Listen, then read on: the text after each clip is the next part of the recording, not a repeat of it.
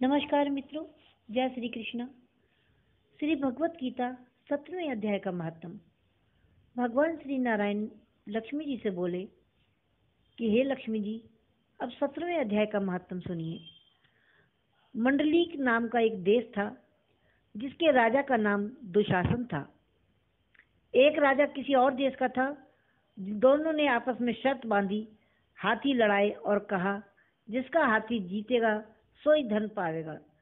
तब दूसरे राजा का हाथी जीता और दुशासन का हाथी हार गया। कुछ दिन पीछे हाथी मर गया। राजा को बड़ी चिंता हुई कि एक तो धन गया, दूसरा हाथी मरा और तीसरे लोगों की हंसी हुई। और इसी से राजा की बड़ी निंदा हुई और राजा इसी चिंता में मर गया। यमदूत पकड़ कर ले गए, धर्मराज के सामने लेकर आए। धर्मराज ने देखकर हुक्म दिया कि यह हाथी के मुंह से मरा है, अर्थात इसको हाथी की योनि दे दो। हे लक्ष्मी जी, राजा दुशासन संगल द्वीप में जाकर हाथी हो गया और वहां उस राजा के बहुत से हाथी थे, जिनमें वो भी खड़ा हो गया और उसे पिछले जन्म की याद थी। मन में बारंबार यही पछतावा रहता कि मैं पिछले जन्म में राजा था और अब मैं हाथी हो गया हूँ। रोता, बहुत रोता, कुछ खाता पीता नहीं। और एक दिन एक साधु आया जिसने राजा को यह श्लोक सुनाया। राजा बड़ा प्रसन्न हुआ कि हे संत जी, कुछ मांग लीजिए।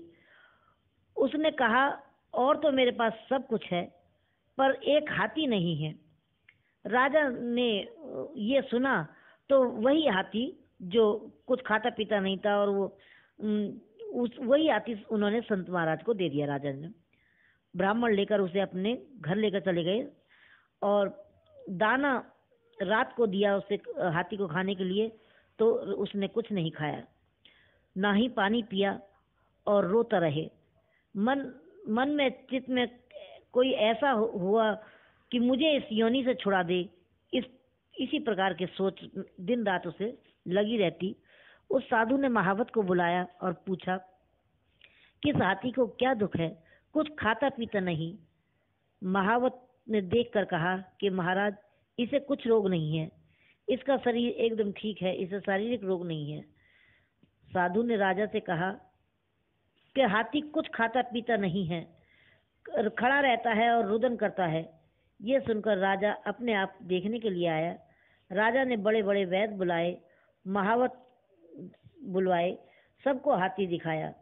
उन्हें देखकर कहा कि राजा जी, इसको कोई मानसिक दुख है, देह का इसे कोई दुख नहीं है।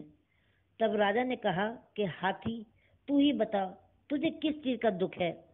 परमेश्वर की शक्ति से मनुष्यों की भाषा में हाथी ने कहा कि राजा, तू बड़ा धर्मज्ञ है और ये ब्राह्मण भी बड़ा बुद्धिमान है। इसके घर का अन्न खाए जो बड़ा धर्मात्मा हो, मुझको क्यों मिले। तब साधु ने कहा कि हे राजा, अपना हाथी फेर ले, यानी वापस ले जाओ। राजा ने कहा कि मैं दिया हुआ दान वापस नहीं लेता। ये हाथी मरे या जीवे, अब कुछ भी हो, लेकिन मैं इसे वापस नहीं लूंगा।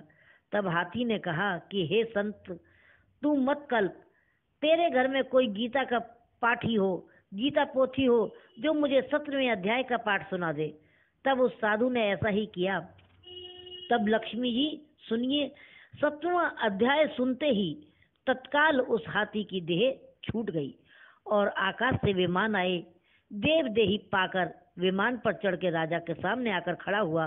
राजा की स्तुति करी कि हे राजन, तू धन्य है, तेरी कृपा से मैं अदम देह से छूट गया हूँ। राजा को अपनी पिछली कथा सुनाई।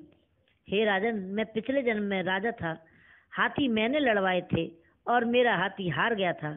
मैं उस चिंता में मर गया और धर्मराज की आज्ञा से मुझे हाथी का जन्म दिया गया। मैंने बहुत प्रार्थना करी, मेरी तो धर्मराज ने कहा कि तेरी गति तब होगी। धर्मराज ने कहा कि गीता के कोई 17वें अध्याय का पाठ सुनाएगा तो तेरी मुक्ति हो जाएगी। सो तेरी और संत जी की कृपा हुई, जो मेरी मुक्ति हो गई और मैं अब वैकुंठ को जाता हूँ। देवदेही पाकर वैकुंठ को राजा चला गया और वो राजा जो था दूसरा, वो अपने घर चला गया। भगवान विष्णु कहने लगे कि हे लक्ष्मी जी, आगे भी जब पृथ्वी पर गीता जी के पाठ का अध्ययन करेगा या सुनाएगा या दूसरों को सुनाएगा, उसके लिए भी वैकुंठ का धाम हम हमेशा खुले रहेंगे। तो मित्रों, वीडियो पसंद आने पर लाइक और सब्सक्राइब अवश्य करें, ताकि हम इसी प्रकार आपके लिए ज्ञानवर्धक वीडियो लाते रहें।